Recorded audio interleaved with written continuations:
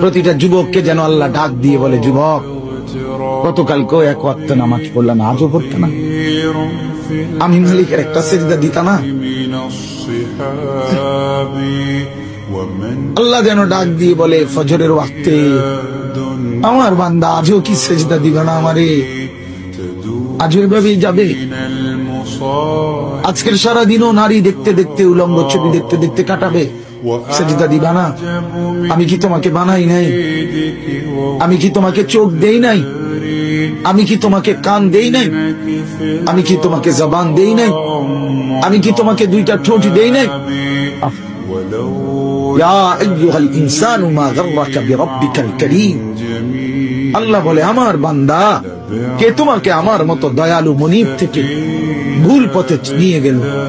কে তোমাকে পথ হারা করে দিল? আমার থেকে আপন জন তুমি কাকে পেল? এত বড় আসমান যিনি দিলাম, আমি আপন হইলাম না? এত বড় জমিন যে দিলাম, আমি আপন হইতে পারলাম না? প্রতিদিন তোমার চোখে ঘুম পাড়ায় দেই, আমি সেই মালিক, আমি আপন জন হলাম না? প্রতিদিন আবার ভোরবেলা উঠতে গেলে আমি তো ঘুম থেকে জাগিয়ে দেই, সেই আমি মালিক আপন হলাম? বলেন না বাপ, বলেন। আমার বাপ বলেন, একজন যুবক, ভাইয়া তুমি ভাবো, তুমি ডানে বামে তাকাইও না, দয়া করে অনুরোধ, আরেকজনের দিকে তাকে, তুমি ভাবো, তুমি ভাবো, একা ভাবো, একা, একজন ভাবো, একজন। তুমি ভাবো দোস্ত, ডানে বামে তুমি দেখো না, তুমি ভাবো মালিক তোমার কাছে কি একটা সেজদা পায় না?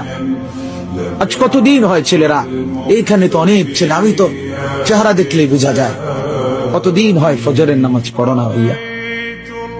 বলো তো, বলো না বাপ। মালিকের চেনো না আজ কতদিন?